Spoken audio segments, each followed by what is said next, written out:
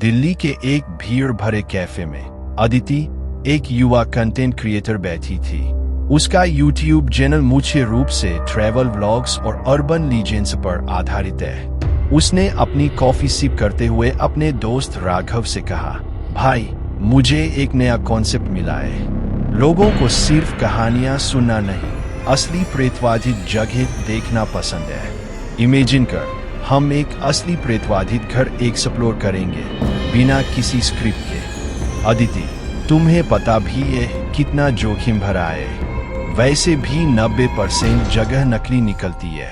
सुरक्षा गार्ड या केयरटेकर हाय डरावनी कहानियां गढ़ते हैं। अदिति मुस्कुराते हुए, बिल्कुल, इसी के लिए तो दर्शकों को मजा आएगा। हम सच या झूठ दोनों एक्सपोज करेंगे। तब उनके ग्रुप का तीसरा दोस्त मीरा टेबल पर आई।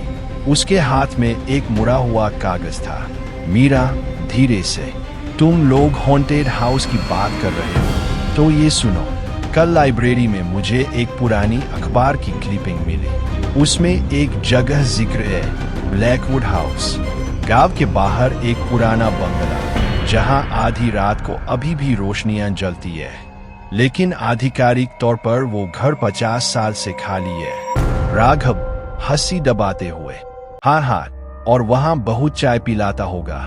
मीरा गंभीर अभिव्यक्ति, राघव, मजाक मत बनाओ।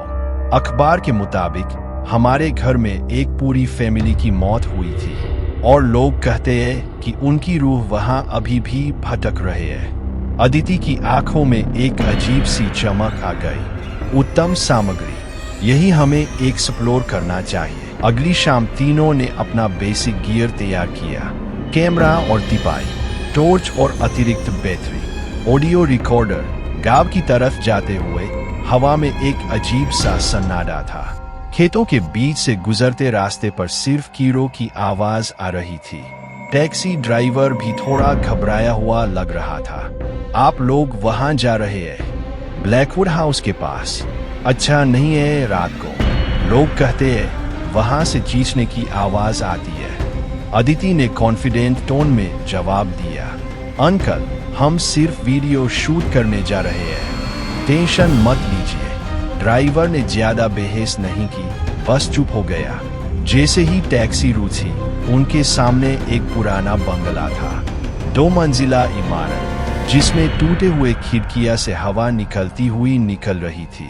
दीवारों में नमी और ब्लैक फंगस के निशान।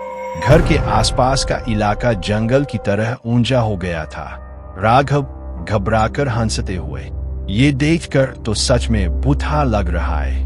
मीरा, मुझे तो लगता है जैसे कोई हमें दरवाजे से देख रहा है। जब उन्हें भारी लकड़ी के दरवाजे को धक्का दिया, एक दर्दनाक चरमराहट की आवाज हुई। अंदर का माहौल और भी खौफनाक था। धूल से भरा फर्नीचर, मकड़ी के जाले हर कोने में है, और एक पुरानी दादाजी घड़ी जो थोड़ा थोड़ा हिल रहा था, लेकिन उसके पेंडुलम की आवाज बंद थी। कैमरे पर करते हुए अदिति ने बोला, दोस्तों, ब्लैकवुड हाउस में आपका स्वागत है। हम यहाँ आए हैं पता करने के लिए कि क्या ये जगह सच में भूत है या सिर्फ कहानियों का हिस्सा। ड्राइंग रूम में एक टूटा हुआ पियानो था, जिसका एक चाबी प्रेशर होने पर खुद बज गया। रसोई में बर्तन बिखरे हुए, जैसे किसी ने जल्दी में छोड़ा हो। दीवारों पर कुछ पुरानी पारिवारिक तस्वीरें लटक रही थी, जिसके चेहरों पर दरारें पड़ चुकी थी। मीरा ने एक फोटो के पास जाकर धीरे से कहा, देखो, इनकी आंखें ऐसे लग रही है जैसे हमें फॉलो कर रही हो। राघव कैमरा जूम करते हुए बोला, एडिटिंग में ये शॉट जबरदस्त लगेगा। जब वो लोग सीढ़ियां चढ़ने लगे, एक ठंडी हवा का झोंका आया। टॉर्च की रोशनी टिमटिमाने लगी। अचानक अनहोनी स्पष्ट रूप से सुना, एक औरत की सरगोशी, कानाफूसी, वापस जाओ। सब तीन एक दूसरे को देखकर फ्रीज हो गए। अदिति ने ऑडियो रिकॉर्डर चेक किया और बोला, ये वॉइस कैप्चर हुई है, किसी और ने सुना क्या? मीरा ने आंखों में दर्द के साथ हाँ में सर हिलाया। राघव ने हंसने की कोशिश की, लेकिन उसकी आवाज भी हिल रही थी, शायद हवा की वजह से, या फिर उसके बोलने से पहले ही पियानो का चाबी फिर से बज गया। इस बार बिना किसी के टच करे।